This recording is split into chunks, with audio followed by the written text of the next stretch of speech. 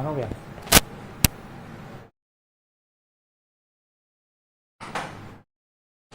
Good morning बच्चों। आवाज़ आ रही है सबको अच्छे से? सभी लोग अपना अटेंडेंस मार्क करें जल्दी से। देखें कौन कौन अभी ज्वाइन किया है।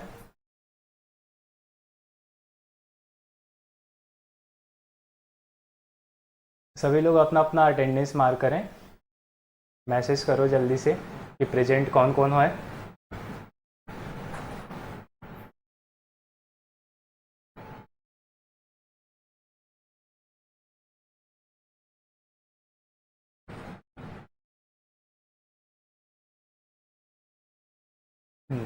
धीरे धीरे सब लोग ज्वाइन कर रहे हैं।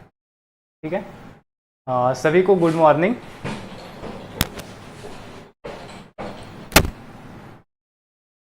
ठीक है। तो कल जो भी हमने पढ़ा था उसमें किसी को कोई डाउट कहीं पर, अगर कोई डाउट है कि किसी टॉपिक में कि कुछ भी, तो अभी पूछ लो। सभी को गुड मॉर्निंग।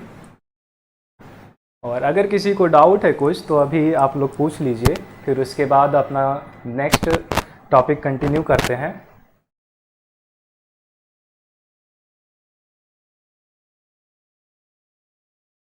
किसी को कोई डाउट है?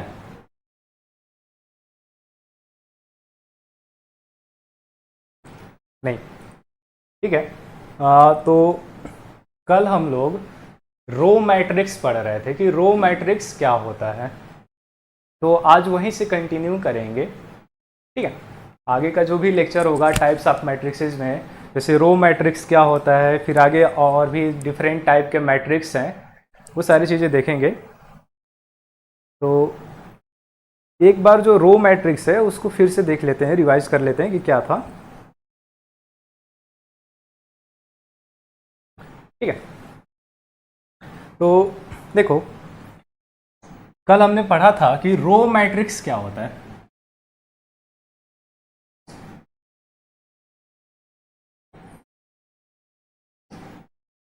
कल हम लोग पढ़े थे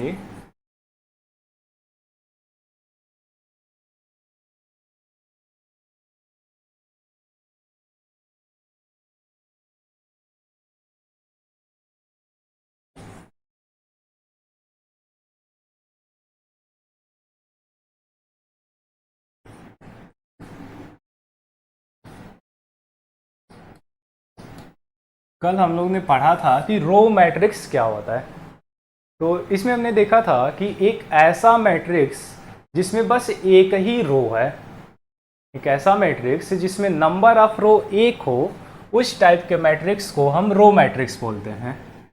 जैसे इसमें रो मैट्रिक्स में नंबर ऑफ रो ये इक्वल होता है 1 के। ठीक है। और इसमें जो नंबर ऑफ कॉलम है, इस मैट्रिक्स में जो नंबर ऑफ कॉलम होगा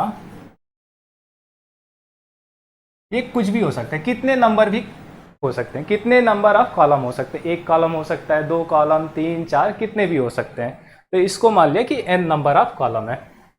ठीक है। तो ये जो मैट्रिक्स होगा ये कुछ इस टाइप का होगा। अगर ऐसा कुछ मैट्रिक्स है A इक्वल टू 1 2 3 4 5, ये हम लोग देखे थे। तो जैसे ये मैट्रिक्स है, इसमें देखेंगे तो एक ही रो है और कॉलम बहुत सारे हैं, 5 कॉलम है। तो ये जो मैट्रिक्स होगा ये रो मैट्रिक्स होगा। अब इसमें दूसरा मैट्रिक्स एक ले लेते हैं, A इक्वल टू ऐसा कुछ है, ABC 1 2 3। तो यहां पर अगर नंबर ऑफ रो काउंट करें तो ये पहला रो हो गया और ये दूसरा रो हो गया। तो इस मैट्रिक्स में दो रो हैं। तो अगर मैट्रिक्स में दो रो है तो क्या ये मैट्रिक्स रो मैट्रिक्स हो सकता है? एक बार सभी लोग बताएं, क्या ये जो दूसरा वाला मैट्रिक्स है ये रो मैट्रिक्स होगा?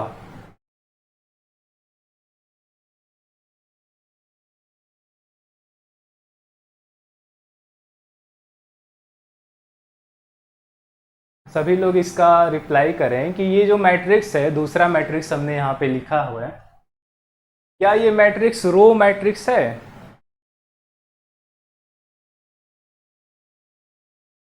बिल्कुल सही। हाँ, ये मैट्रिक्स रो मैट्रिक्स नहीं होगा। क्यों?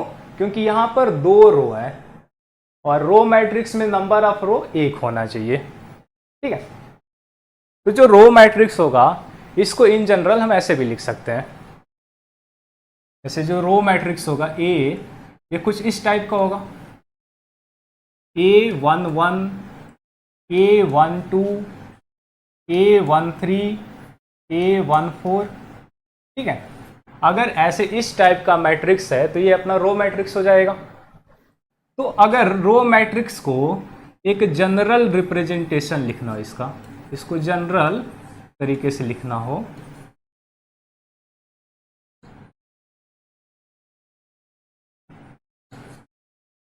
रो मैट्रिक्स का अगर जनरल रिप्रेजेंटेशन लिखना हो, तो अगर कोई एक मैट्रिक्स ऐसा है AIJ और इसमें जो नंबर ऑफ रो 1 है और नंबर ऑफ कॉलम कुछ भी हो सकता है, ऐसे n, और यहाँ पर जो i का वैल्यू होगा, यहाँ पर देखें तो यहाँ पर देखो i का वैल्यू यानी ये 1, यहाँ पर भी 1 है, यहाँ पर भी 1, यहाँ पर भी 1। तो इस मैट्रिक्स के जितने भी एलिमेंट होंगे उसमें i का वैल्यू 1 हो जाएगा। और अगर j का वैल्यू देखें तो j यहाँ पर 1, 2, 3, 4 ऐसे चेंज हो रहा है, तो जो भी j का वैल्यू होगा ये 1, 2, 3 ऐसे n तक होगा। तो ये होगा रो मैट्रिक्स का एक जनरल रिप्रेजेंटेशन। ठीक है, और जो रो मैट्रिक्स का ऑर्डर होगा, रो मैट्रिक्स का जो ऑर्डर होगा, ऑर्डर ऑफ रो मैट्रिक्स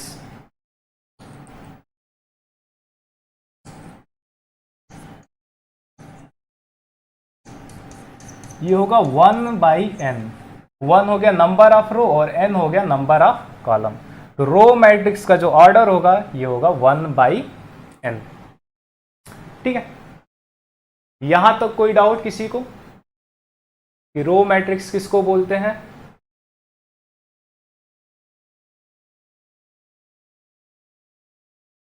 एक बार सभी लोग कंफर्म करें कि यहां तक कोई डाउट नहीं। ठीक है, तो हम लोग अपना आगे नेक्स्ट कंटिन्यू करते हैं। जो नेक्स्ट टाइप पढ़ना था वो था कॉलम मैट्रिक्स। नेक्स्ट था कॉलम मैट्रिक्स। तो कॉलम मैट्रिक्स किसको बोलेंगे? तो एक ऐसा मैट्रिक्स जिसमें नंबर ऑफ कॉलम 1 हो। तो एक ऐसा मैट्रिक्स जिसमें बस एक ही कॉलम हो, यानी इसमें जो नंबर ऑफ कॉलम होगा वो 1 होगा। जैसे कोई एक मैट्रिक्स ऐसा है A = 1, 2, 3, 4। इस मैट्रिक्स में अगर देखें तो हमारा एक ही कॉलम है। तो अगर किसी भी मैट्रिक्स में बस एक कॉलम होगा तो ये अपना एक कॉलम मैट्रिक्स होगा। और दूसरा मैट्रिक्स ले लेते हैं ऐसे A = X, Y, Z, A, B, C। तो अगर यहां पर ध्यान दें तो यहां पर हमारा 2 कॉलम है, ये पहला कॉलम हो गया और ये दूसरा कॉलम होगा। इस मैट्रिक्स में 2 कॉलम है। तो अगर किसी भी मैट्रिक्स में 2 कॉलम हो जाएंगे तो ये कॉलम मैट्रिक्स नहीं होगा। तो कॉलम मैट्रिक्स बनने के लिए किसी भी मैट्रिक्स में बस एक ही नंबर ऑफ कॉलम होना चाहिए, एक से ज्यादा कॉलम नहीं हो सकता। ठीक है, तो ये हो गया कि कॉलम मैट्रिक्स किसको बोलेंगे, कि ऐसा मैट्रिक्स जिसमें बस एक ही कॉलम हो। अब दूसरे इसमें देखो कि कॉलम मैट्रिक्स का ऑर्डर क्या होगा। जो भी कॉलम मैट्रिक्स है उसका ऑर्डर क्या होगा। और हमें पता है कि मैट्रिक्स का जो ऑर्डर होता है ये होता है नंबर ऑफ रोज, और यहां पर ऐसे क्रॉस, फिर नंबर ऑफ कॉलम आता है। किसी भी मैट्रिक्स का ऑर्डर ऐसे तो नंबर ऑफ रो पहले लिखते हैं, फिर यहां पर क्रॉस, फिर नंबर ऑफ कॉलम। तो अगर इस कॉलम मैट्रिक्स का ऑर्डर लिखना हो तो तो यहाँ पर अगर ध्यान दें तो नंबर ऑफ रो कुछ भी हो सकता है। जैसे यहाँ पर देखो 1 2 3 4, यहाँ पर 1 2 3, 3 रो है, यहाँ पर 4 रो है। तो नंबर ऑफ रो पर कोई भी रेस्ट्रिक्शन नहीं है, नंबर ऑफ रो कुछ भी ले सकते हैं। तो नंबर ऑफ रो मान लिया n है और क्रॉस और फिर नंबर ऑफ कॉलम। तो कॉलम मैट्रिक्स में हमारे पास बस एक ही कॉलम होना चाहिए, एक से ज़्यादा कॉलम नहीं होना चाहिए। यहाँ पर हो जाएगा 1।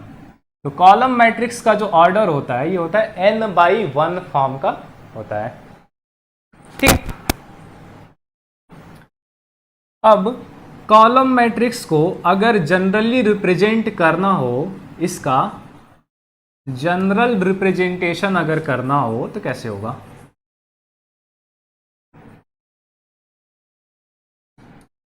कॉलम मैट्रिक्स का जनरल रिप्रेजेंटेशन कैसे होगा? तो कॉलम मैट्रिक्स जो भी होगा वो कुछ इस फॉर्म का होगा, A11 A21 A31 A41 ऐसे। ये हो गया अपना कॉलम मैट्रिक्स जिसमें बस एक ही कॉलम होगा। तो अगर इसको शॉर्ट फॉर्म में लिखना हो तो हम कुछ ऐसे लिख सकते हैं, A = AIJ। और यहाँ पर अगर इस मैट्रिक्स का ऑर्डर देखें तो ये 4/1 है, इसमें 4 रो है और एक कॉलम है, तो इसका ऑर्डर हो जाएगा 4/1। तो इसको अगर शॉर्ट फॉर्म में लिखेंगे तो हो जाएगा A = AIJ 4x1। और यहाँ पर अगर I का वैल्यू देखें, I का वैल्यू तो 1 2 3 4 ऐसे चेंज हो रहा है, 1 2 3 4। तो I जो हो जाएगा होगा 1 2 3 4 होगा।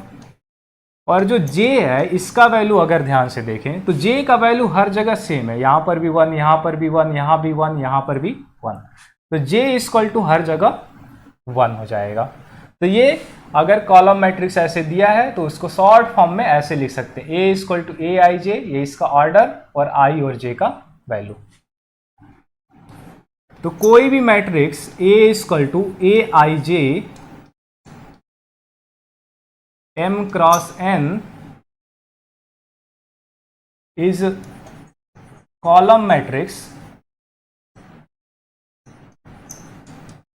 कोई भी मैट्रिक्स A है, AIJ m×n है, तो ये कॉलम मैट्रिक्स होगा अगर यहां पर n का जो वैल्यू है ये 1 है।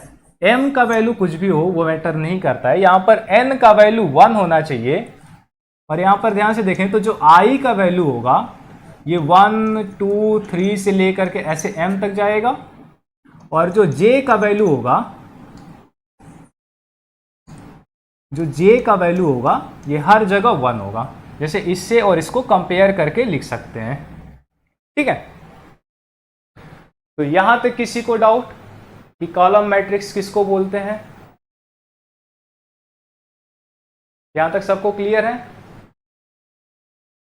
कि कॉलम मैट्रिक्स क्या होता है?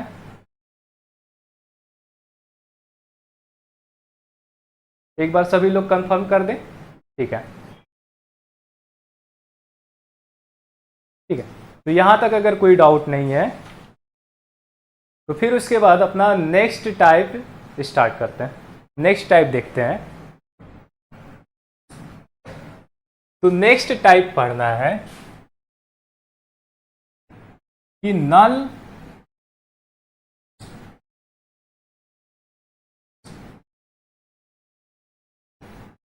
नेक्स्ट टाइप है कि नल या फिर जीरो मैट्रिक्स क्या होता है। किस मैट्रिक्स को नल मैट्रिक्स या फिर जीरो मैट्रिक्स बोलेंगे? ठीक है, तो एक ऐसा मैट्रिक्स जिसके सारे एलिमेंट जीरो हैं, मैट्रिक्स में जितने भी एलिमेंट प्रेजेंट हैं अगर वो सब के सब जीरो हैं तो इस टाइप के मैट्रिक्स को हम नल या फिर जीरो मैट्रिक्स बोलेंगे। जैसे एग्जांपल के लिए अगर एक मैट्रिक्स ऐसे लें 0 0 0, यहां पर भी 0 0 0, तो इस मैट्रिक्स के अगर सारे एलिमेंट को ध्यान से देखें तो इसके सारे एलिमेंट जीरो हैं, इसके सारे एलिमेंट जीरो हैं। तो इसलिए ये जो मैट्रिक्स होगा इसको हम नल या फिर जीरो मैट्रिक्स बोलेंगे। ठीक है। और यहां पर अगर ध्यान से देखें तो इस मैट्रिक्स का जो ऑर्डर है, इसमें 2 रो हैं और 3 कॉलम है, तो इस मैट्रिक्स का ऑर्डर हो जाएगा 2/3। यानी इस नल मैट्रिक्स का जो ऑर्डर है ये 2/3 है। जैसे एक और मैट्रिक्स ले लेते हैं, B इक्वल टू ऐसा कुछ है 0 0, यहां पर भी 0 0। तो इस मैट्रिक्स के भी एलिमेंट अगर देखें तो यह भी सब के सब 0 है, तो यह भी एक नल मैट्रिक्स होगा और इस नल मैट्रिक्स का जो ऑर्डर होगा ये 2/2 होगा। ठीक। अब नेक्स्ट ये मैट्रिक्स ले लो, C इक्वल टू 0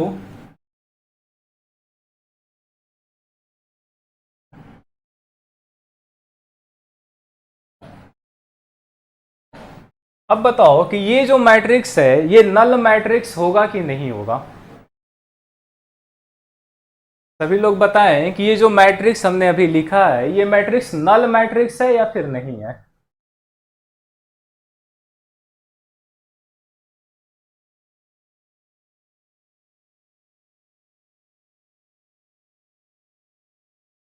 ठीक है, बिल्कुल सही है। ये जो मैट्रिक्स है ये नल मैट्रिक्स नहीं होगा। क्यों? क्योंकि हमें पता है कि नल मैट्रिक्स का डेफिनेशन होता है कि उसके सारे एलिमेंट 0 होने चाहिए। लेकिन अगर यहां पर ध्यान से देखें तो यहां पर ये वाला जो एलिमेंट है ये 0 नहीं है, ये 0 नहीं है, नॉट 0, तो इसलिए ये नल मैट्रिक्स नहीं होगा। ठीक है, ये नल मैट्रिक्स नहीं होगा। अब जो नल मैट्रिक्स होता है इसको एक रिप्रेजेंट करने का अलग तरीका होता है। जैसे नल मैट्रिक्स को रिप्रेजेंट करने का अलग तरीका होता है, रिप्रेजेंटेशन ऑफ नल मैट्रिक्स।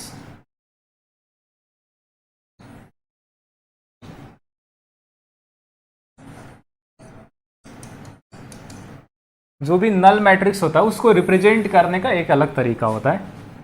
तो अगर ऐसे O और 2/3 लिखा गया है तो इसका मतलब है कि ये 2/3 ऑर्डर का 2/3 ऑर्डर का नल मैट्रिक्स है। ये जो मैट्रिक्स है O 2/3 अगर ऐसे लिखा गया है तो इसका मतलब होगा कि ये 2/3 का एक नल मैट्रिक्स होगा। यानी ऐसे होगा, ये होगा 2/3 का, यानी 2 रो होने चाहिए और 3 कॉलम होना चाहिए। ये एक कॉलम, दूसरा कॉलम, तीसरा, और ये दूसरा रो हो गया। तो इस नल मैट्रिक्स में 2 रो हो गए और 3 कॉलम हो जाएंगे। तो इसको हम O 2/3 से भी रिप्रेजेंट करेंगे। ठीक है, जैसे यहां पर देखा जाए तो ये B वाला जो मैट्रिक्स है इस मैट्रिक्स का ऑर्डर 2/2 है और ये एक नल मैट्रिक्स है, तो इसको हम ऐसे भी लिख सकते हैं O 2/2। ये एक 2/2 का नल मैट्रिक्स होगा। ठीक है, अब उसके बाद इसका थोड़ा सा जनरल वे में डेफिनेशन लिख लो कि क्या होगा। तो देखो कि a matrix A equal to Aij M cross N is zero matrix या फिर नल मैट्रिक्स। कोई भी एक M क्रॉस N का A मैट्रिक्स है, ये जीरो मैट्रिक्स होगा अगर इसके जितने भी एलिमेंट हैं Aij ये जीरो है for all I and J। I और J के हर एक वैल्यू के लिए अगर इसके Aij का वैल्यू जीरो है तो इस टाइप के मैट्रिक्स को हम जीरो मैट्रिक्स बोलेंगे। ठीक है, तो यहां तक समझ में आया कि जीरो मैट्रिक्स क्या होगा।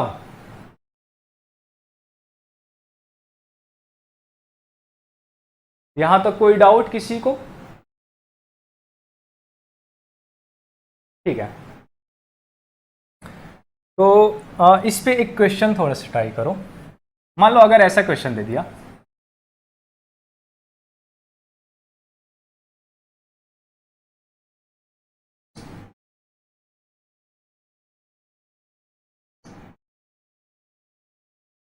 ऐसे if matrix given below is a null matrix. ये मैट्रिक्स ऐसे है 2x माइनस 3, यहां पर एक्स स्क्वायर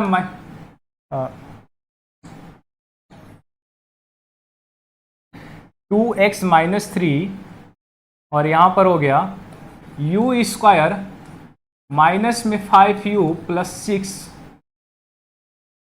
या फिर सिंपल इसको रखो अभी ऐसे। एक मैट्रिक्स दे दिया 2x माइनस 3 और दूसरा है y माइनस 2, और ये जो मैट्रिक्स है ये नल मैट्रिक्स है। Then find x and y। ये वाला जो क्वेश्चन है इसको एक बार सॉल्व करके x और y का वैल्यू बताओ क्या होगा। ठीक है,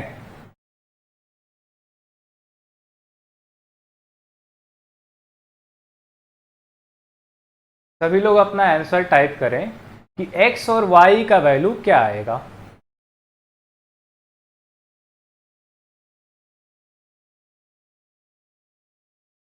ठीक है, बिल्कुल सही, सबका आंसर सही आ रहा है। तो यहां पे दिया है कि ये जो मैट्रिक्स है ये एक नल मैट्रिक्स है, और हमें पता है कि नल मैट्रिक्स के सारे एलिमेंट जीरो होते हैं, यानी ये 2x माइनस 3 यह भी जीरो होना चाहिए और y माइनस 2 यह भी जीरो होगा। यानी यहां से करेंगे 2x minus 3 equal to zero कर देंगे, तो यहां से x का वैल्यू आ जाएगा 3/2, और दूसरा y माइनस 2 यह भी जीरो होना चाहिए, यानी यहां से y का वैल्यू आ जाएगा 2। ठीक है, तो फिर उसके बाद अब नेक्स्ट टाइप देखते हैं मैट्रिक्स का। ये था जीरो मैट्रिक्स, तो जीरो मैट्रिक्स हो गया। उसके बाद नेक्स्ट है कि हॉरिजॉन्टल मैट्रिक्स क्या होता है। नेक्स्ट टाइप है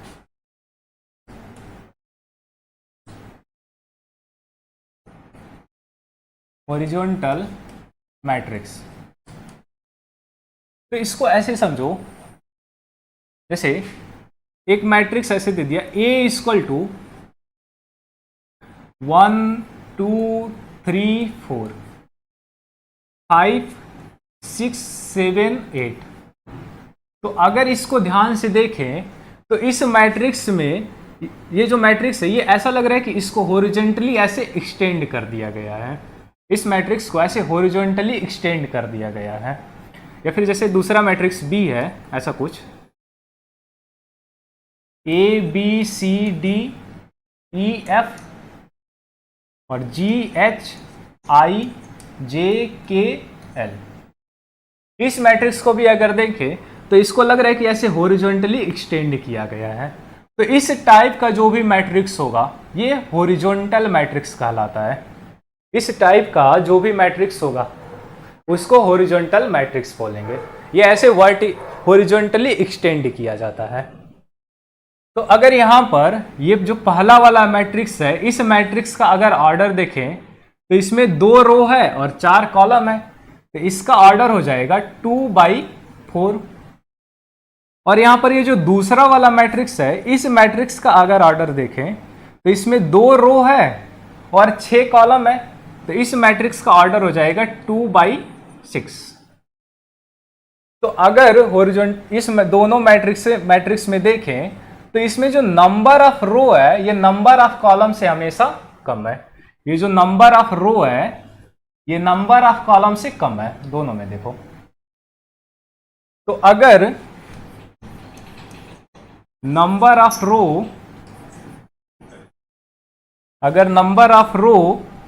नंबर ऑफ कॉलम से, अगर number of row number of column से कम हो तो उस टाइप के मैट्रिक्स को हम हॉरिजॉन्टल मैट्रिक्स बोलते हैं। यानी ऐसे बस हॉरिजॉन्टली एक्सटेंड हो तो उस टाइप का मैट्रिक्स हॉरिजॉन्टल मैट्रिक्स कहलाएगा। और इसमें ये एनालाइज किए तो पता चला कि जो नंबर ऑफ रो है वो नंबर ऑफ कॉलम से लेस देन है। ठीक है, तो इसमें अगर इसको ऐसे भी लिख सकते हैं, A इक्वल टू A11, या फिर इसको जनरली लिख लो, इसका हॉरिजॉन्टल मैट्रिक्स का जनरल रिप्रेजेंटेशन।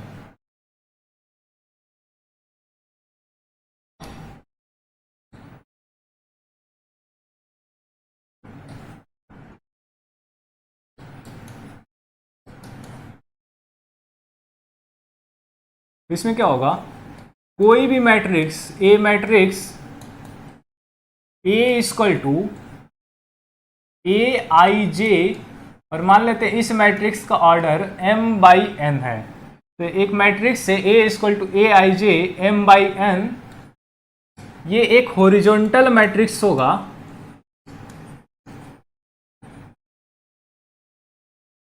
ये एक हॉरिजॉन्टल मैट्रिक्स होगा इफ नंबर ऑफ रो यानी m और नंबर ऑफ कॉलम n, जो नंबर ऑफ रो है वो नंबर ऑफ कॉलम से कम होना चाहिए। Number of row number of column से अगर कम है तो उस टाइप के मैट्रिक्स को हम हॉरिजॉन्टल मैट्रिक्स बोलेंगे। ठीक है, यहां तक कोई डाउट किसी को?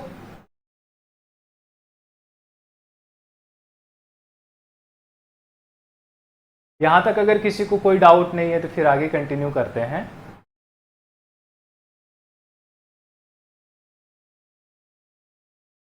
ठीक है, अब नेक्स्ट है कि वर्टिकल मैट्रिक्स क्या होगा। पहले हम लोग देखें कि हॉरिजॉन्टल मैट्रिक्स क्या होगा, और दूसरा होगा कि वर्टिकल मैट्रिक्स किसको बोलते हैं। तो जैसे हॉरिजॉन्टल में हमने देखा था कि ऐसे हॉरिजॉन्टली एक्सटेंड होता है मैट्रिक्स, अब वर्टिकल मैट्रिक्स में क्या होगा कि वर्टिकली ऐसे एक्सटेंड होगा।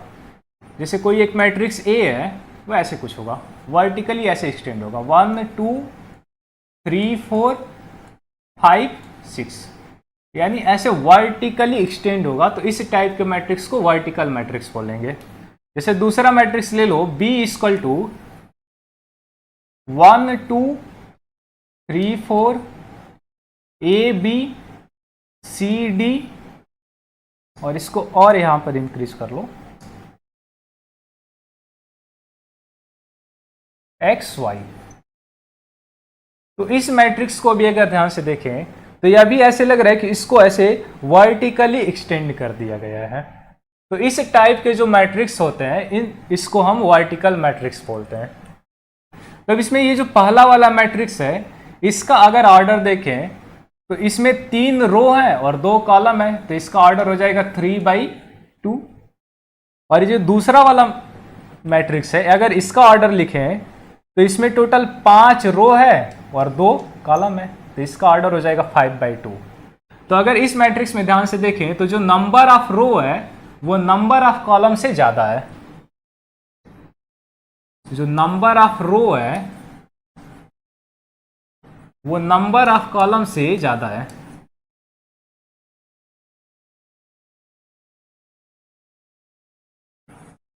जो भी नंबर ऑफ रो है नंबर ऑफ कॉलम से ज्यादा है। तो अगर किसी भी मैट्रिक्स में number of row number of column से ज्यादा हो जाए तो उस टाइप के मैट्रिक्स को वर्टिकल मैट्रिक्स बोलेंगे।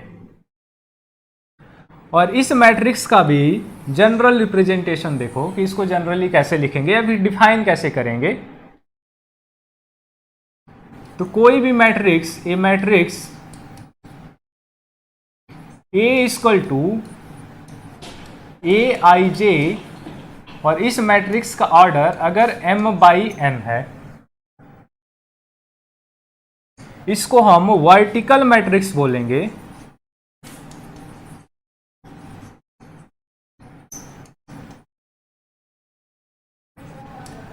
इफ जो नंबर ऑफ रो है यानी m ये नंबर ऑफ कॉलम से ज्यादा होना चाहिए, यानी m का वैल्यू n से ज्यादा होना चाहिए। जो नंबर ऑफ रो है वो नंबर ऑफ कॉलम से अगर ज्यादा होगा तो इस टाइप के मैट्रिक्स को हम वर्टिकल मैट्रिक्स बोलेंगे। ठीक है, तो यहां तक कोई डाउट किसी को कि हॉरिजॉन्टल मैट्रिक्स क्या होगा, वर्टिकल मैट्रिक्स क्या होगा? ठीक है, तो अगर हम दोनों अगर एक बार एनालाइज करें, देखें, तो हॉरिजॉन्टल मैट्रिक्स में क्या था कि जो नंबर ऑफ रो था वो नंबर ऑफ कॉलम से ज़्यादा था, और दूसरे वाले केस में, पहले वाले केस में नंबर ऑफ रो, हॉरिजॉन्टल के केस में number of row number of column से कम था, और इधर number of row number of column से ज़्यादा हो गया, यानी पहले में कम था और दूसरे में ज़्यादा हो गया। तब इसमें अभी तक इक्वल टू वाला नहीं देखे हैं, तो यही अपना नेक्स्ट टाइप है जिसको हम स्क्वायर मैट्रिक्स बोलते हैं।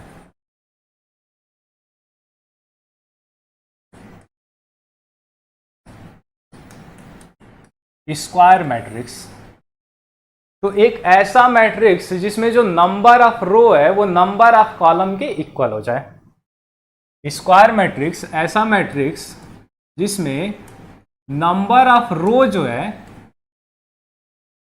ये इक्वल हो नंबर ऑफ कॉलम के, यानी जितने रो हैं उतने अगर कॉलम हो तो उस टाइप के मैट्रिक्स को स्क्वायर मैट्रिक्स बोलेंगे।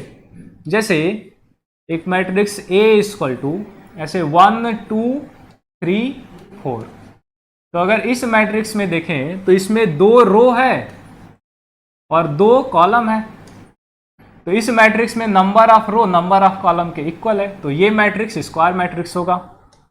दूसरा मैट्रिक्स B ले लेते हैं, ऐसे 1 2 3 4 या फिर 3 तक, यहां पर x y z फिर a b c।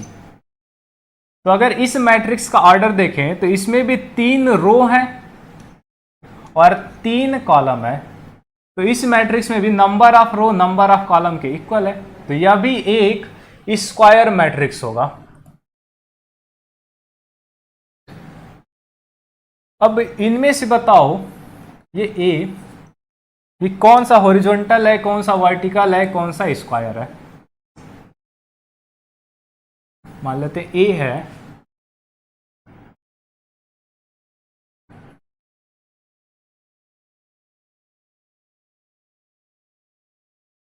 इधर दूसरा है B,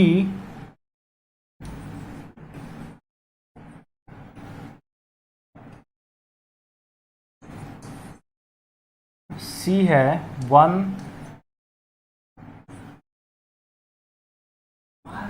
इसमें D है,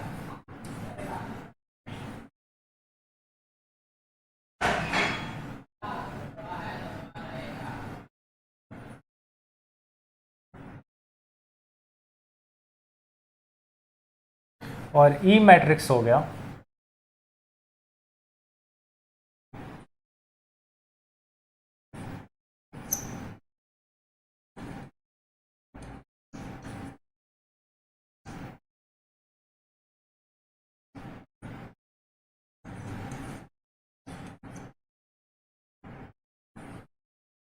तब इनमें से बताओ कौन सा मैट्रिक्स वर्टिकल मैट्रिक्स है, कौन हॉरिजॉन्टल है और कौन सा स्क्वायर है। ये सभी लोग जल्दी से बताओ कि इन पांचों मैट्रिक्स में कौन सा वर्टिकल, कौन सा हॉरिजॉन्टल और कौन सा स्क्वायर है।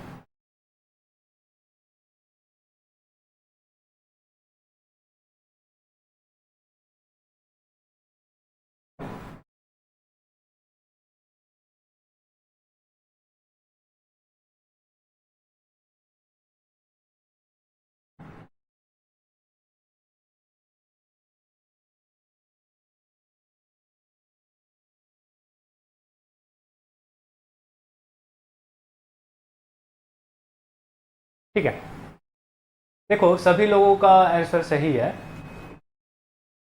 तो पहला वाला अगर मैट्रिक्स देखें तो इसको ऐसे बस देख लो कि ये देखो ऐसे हॉरिजॉन्टली एक्सटेंडेड है। अगर हॉरिजॉन्टली एक्सटेंडेड है यानी ये हो जाएगा हॉरिजॉन्टल मैट्रिक्स। दूसरा वाला देखें तो यह भी देखो एक ऐसे हॉरिजॉन्टली एक्सटेंडेड है, तो अगर हॉरिजॉन्टली एक्सटेंडेड है तो इसको भी हॉरिजॉन्टल मैट्रिक्स बोलेंगे। और यह भी है कि ये एक रो मैट्रिक्स है, इसमें एक ही रो है, तो ये रो मैट्रिक्स भी है और इसको हम हॉरिजॉन्टल भी बोलेंगे। सिमिलरली यहां पर अगर ये सी वाला देखें तो सी वाला इसको अगर देखोगे तो ये वर्टिकली ऐसे एक्सटेंडेड है, तो अगर वर्टिकली एक्सटेंडेड है तो ये हो जाएगा वर्टिकल मैट्रिक्स, और ये इसमें एक ही कॉलम है तो ये कॉलम मैट्रिक्स भी होगा। और डी वाले में अगर देखें तो इसमें जो नंबर ऑफ रो है और नंबर ऑफ कॉलम दोनों इक्वल है, ये एक स्क्वायर मैट्रिक्स होगा। और ई वाले में भी अगर देखें तो इसमें भी नंबर ऑफ रो 1 2 3 4 और नंबर ऑफ कॉलम 1 2 3 4, तो नंबर ऑफ रो और नंबर ऑफ कॉलम इक्वल है तो यह भी एक स्क्वायर मैट्रिक्स हो जाएगा। ठीक है, यहां तक कोई डाउट?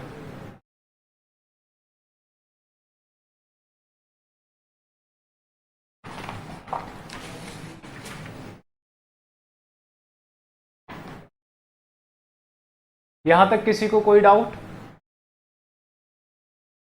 ठीक है,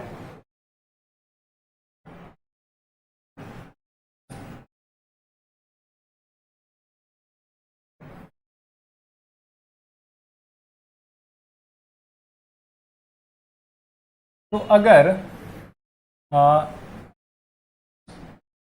स्क्वायर मैट्रिक्स का जनरल डिफिनेशन लिखना हो तो स्क्वायर मैट्रिक्स का जनरल डिफिनेशन ऐसे होगा, a matrix A equal to A I j m cross N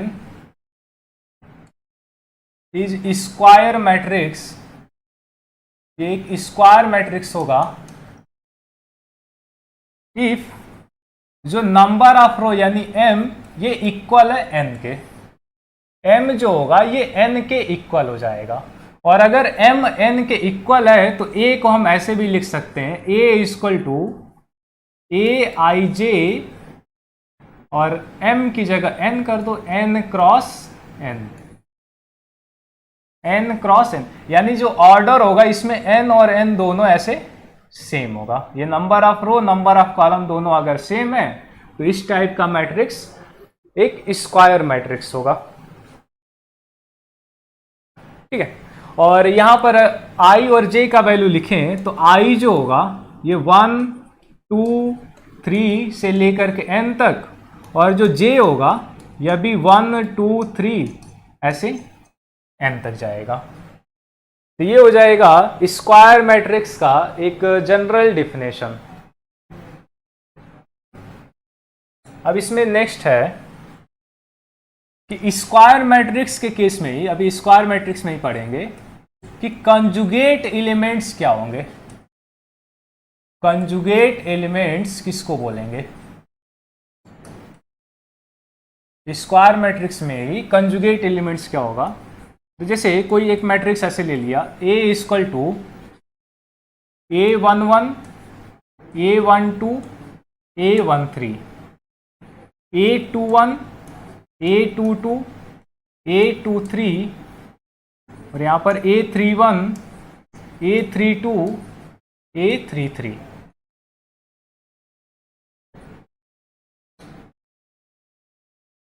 तो इसमें ये A21 और A12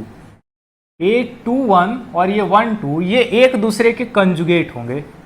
A21 एंड A12 ये दोनों एक दूसरे के कंजुगेट होंगे, कंजुगेट ऑफ ईच अदर। ये दोनों एक दूसरे के कंजुगेट होंगे। सिमिलरली ये A31 और A13 ये दोनों भी एक दूसरे के कंजुगेट होंगे। A31 और A13 यह भी एक दूसरे के कंजुगेट होंगे। और वैसे ही A32 और A23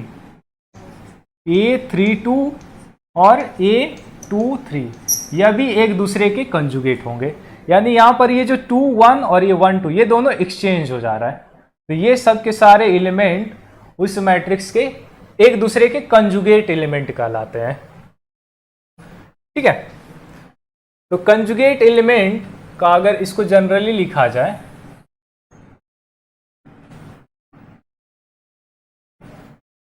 तो ए आई जे एंड ए जे आई। जैसे यहां पर 2 1 था, यहां पर 1 2 हो गया, 3 1 था 1 3, 3 2 था 2 3 हो गया। वैसे यहां पर आई जे और जे आई ये दोनों एक दूसरे के कंजुगेट होंगे, दोनों एक दूसरे के कंजुगेट होंगे, कंजुगेट ऑफ ईच अदर।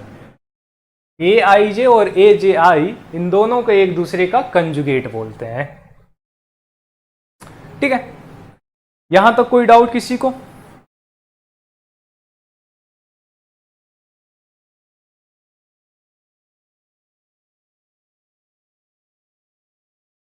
ठीक है, तो ये हो गए कंजुगेट एलिमेंट्स। अब इसमें अगर ध्यान से देखें, ये जो अभी देखें, तो यहां पर A12, A22, A33 ये सारे एलिमेंट बच गए थे। इनके बारे में अभी तक हम लोग कुछ नहीं पढ़े। तो इनको देखो, इनको क्या बोलते हैं। तो नेक्स्ट है diagonal elements.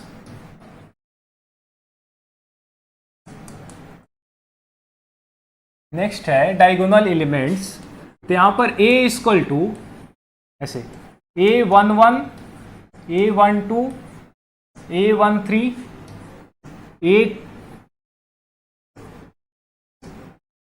A21, A22, A23, A31, 32, 33।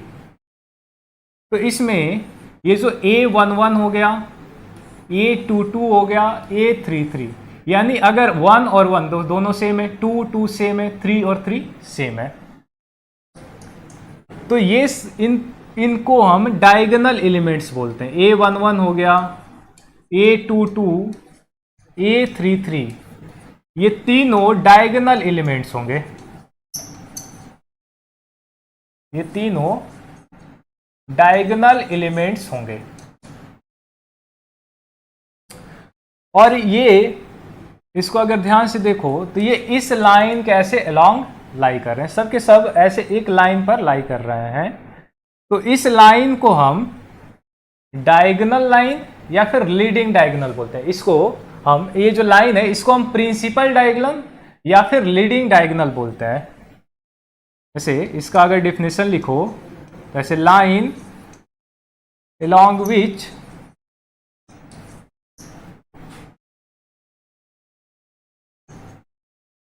diagonal elements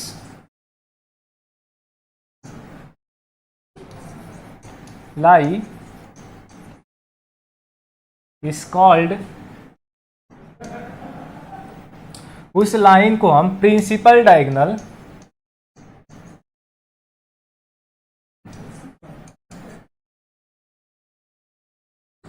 या फिर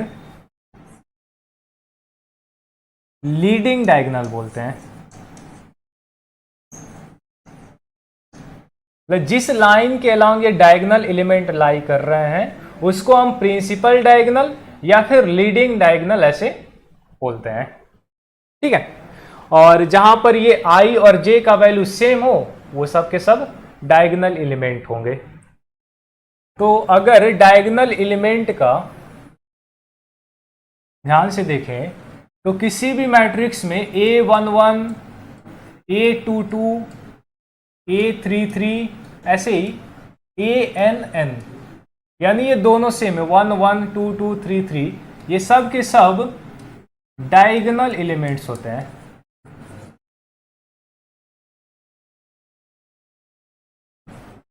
तो इसको अगर जनरली लिखना हो तो ऐसे लिखेंगे, in a matrix A equal to Aij n cross n, Aij is diagonal element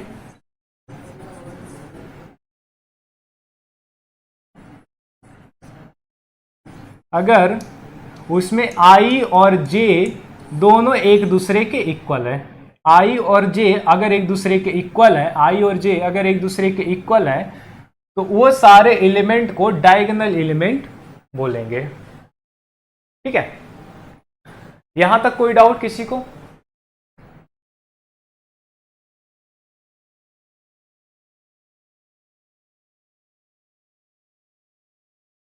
सभी लोग एक बार कंफर्म कर दें कि यहां तक कोई डाउट। डायगोनल एलिमेंट किसको बोलेंगे?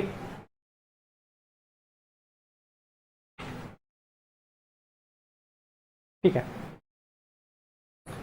तो यहां तक अगर कोई डाउट नहीं है तो फिर नेक्स्ट अपना देखते हैं कि ये जो स्क्वायर मैट्रिक्स हमने अभी पढ़ा है, ये जो भी स्क्वायर मैट्रिक्स हम लोग अभी पढ़े हैं,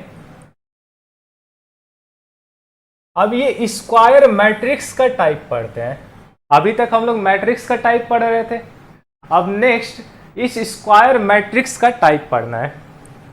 तो इसके टाइप देखो, स्क्वायर मैट्रिक्स के टाइप क्या होते हैं?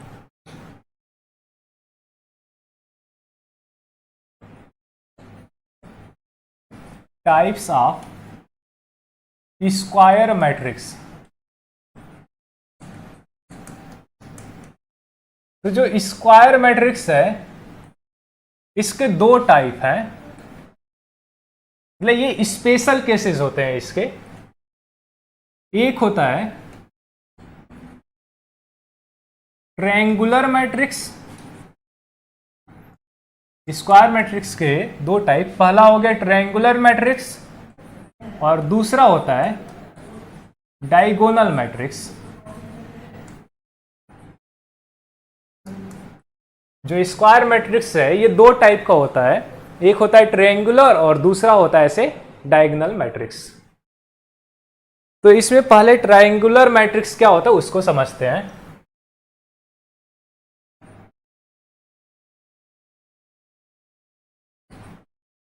इसमें ट्रायंगुलर मैट्रिक्स क्या होगा इसको समझते हैं।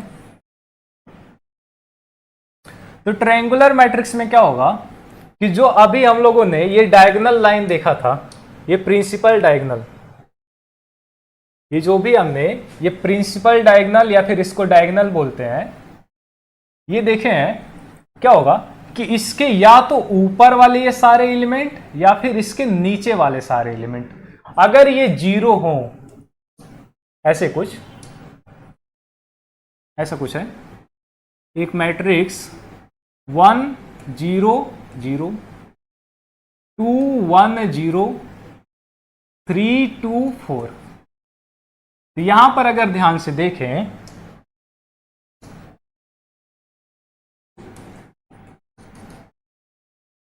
यहां पर अगर ध्यान से देखो तो ये जो डायगोनल वाली लाइन है, इस लाइन के ऊपर वाले जितने भी एलिमेंट हैं सब के सब जीरो है। तो ये जो मैट्रिक्स होगा ये ट्रायंगुलर मैट्रिक्स होगा। अब इसमें कोई जरूरी नहीं है कि ऊपर वाले एलिमेंट ही जीरो होंगे, इसके नीचे वाले भी एलिमेंट जीरो हो सकते हैं, मतलब उनमें से कोई एक जीरो हो।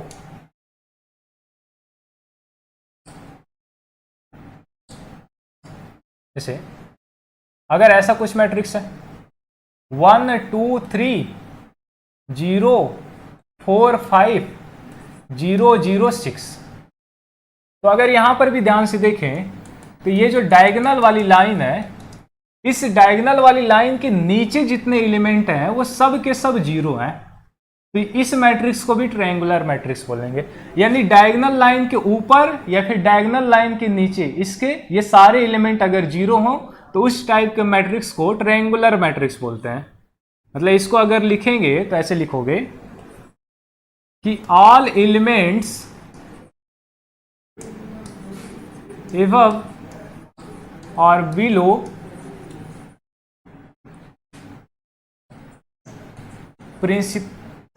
Principal diagonal,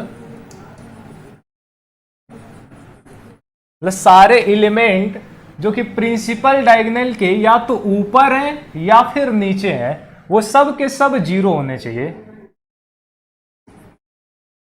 are zero. ठीक है, अगर प्रिंसिपल डायगोनल के ऊपर या फिर नीचे वाले अगर एलिमेंट जीरो होंगे तो इस टाइप के मैट्रिक्स को ट्रायंगुलर मैट्रिक्स बोलते हैं। ठीक है, अब ये जो ट्रायंगुलर मैट्रिक्स है ये दो टाइप का होता है। ये जो ट्रायंगुलर मैट्रिक्स है ये दो टाइप का होता है। इसमें पहला होता है अपर ट्रायंगुलर मैट्रिक्स,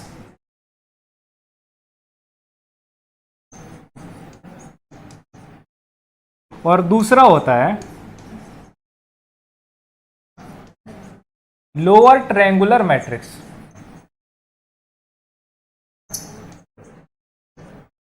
ये जो ट्रायंगुलर मैट्रिक्स है ये दो टाइप का होता है, अपर ट्रायंगुलर मैट्रिक्स और लोअर ट्रायंगुलर मैट्रिक्स। तो अब किसको अपर ट्रायंगुलर बोलते हैं, किसको लोअर ट्रायंगुलर बोलेंगे, अब ये नेक्स्ट देखते हैं। तो पहले इसमें देखो, पहला देखते हैं कि अपर ट्रायंगुलर मैट्रिक्स किसको बोलेंगे। अपर ट्रायंगुलर मैट्रिक्स क्या होगा,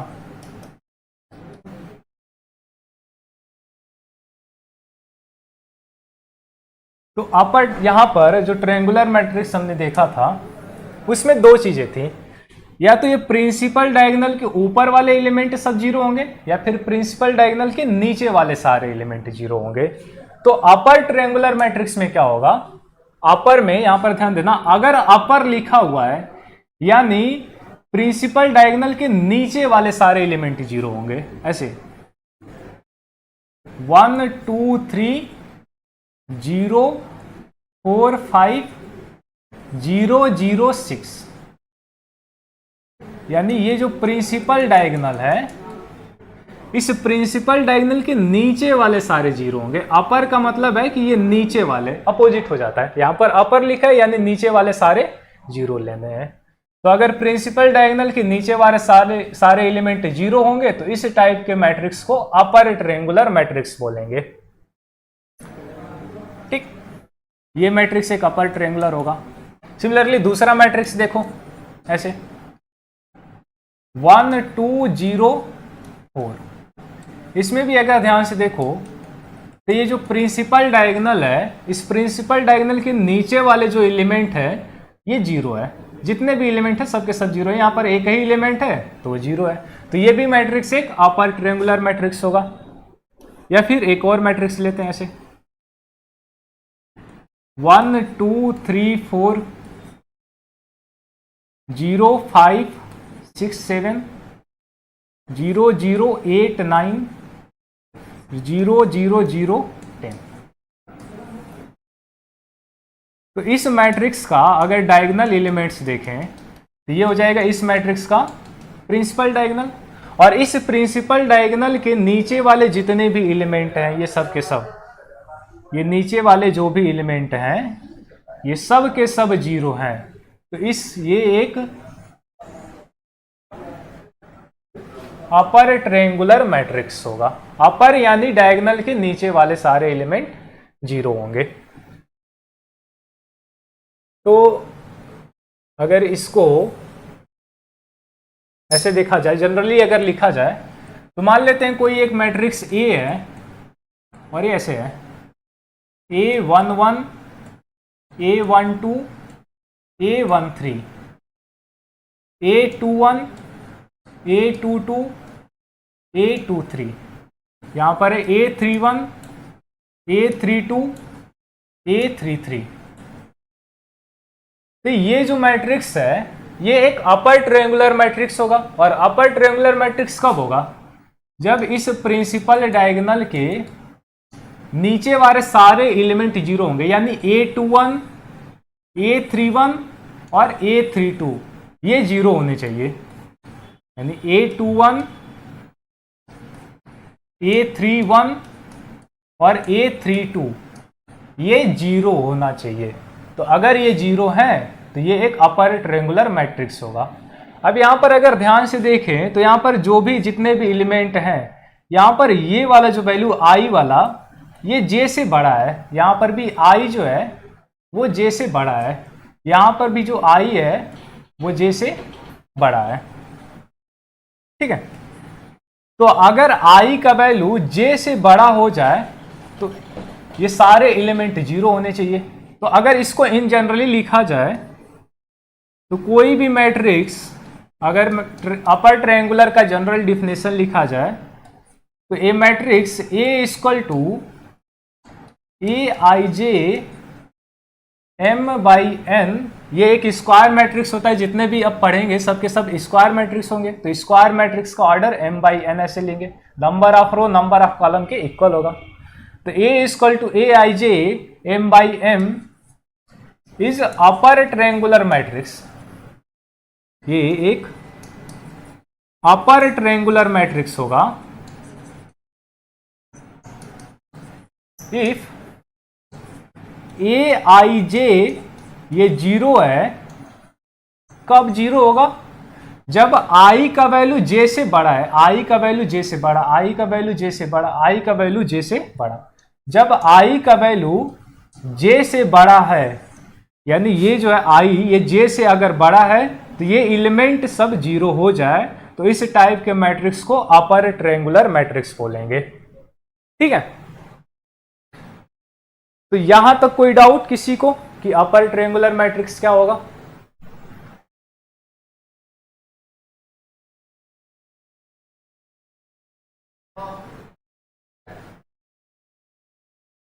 यहां तक कोई डाउट नहीं? ठीक है, तो अगर किसी को डाउट नहीं है तो फिर अब कल कंटिन्यू करेंगे कि अपना लोअर ट्रायंगुलर मैट्रिक्स क्या होता है। जैसे ट्रायंगुलर मैट्रिक्स के दो टाइप हम देखे थे, यहां पर था एक अपर था और दूसरा लोअर था। तो अपर ट्रायंगुलर मैट्रिक्स तो अभी पढ़े हैं, लोअर ट्रायंगुलर मैट्रिक्स क्या होता है ये कल पढ़ेंगे हम लोग। और फिर इसके आगे एक दो टाइप और बचा हुआ है, ये पढ़ेंगे, थ्योरी है। फिर उसके बाद अब कुछ क्वेश्चन भी देखेंगे और मैट्रिक्स का अब थोड़ा सा एक लेवल बढ़ेगा। जैसे कोई दो मैट्रिक्स है तो वो इक्वल कब होगा, या फिर मैट्रिक्स का एलजेब्रा, एडिशन, सब्सट्रैक्शन, ये सारी चीज़ें आएगा। ठीक है, तो कल कंटिन्यू करेंगे फिर। तो आज के लिए बस इतना ही, थैंक यू, फिर कल मिलते हैं।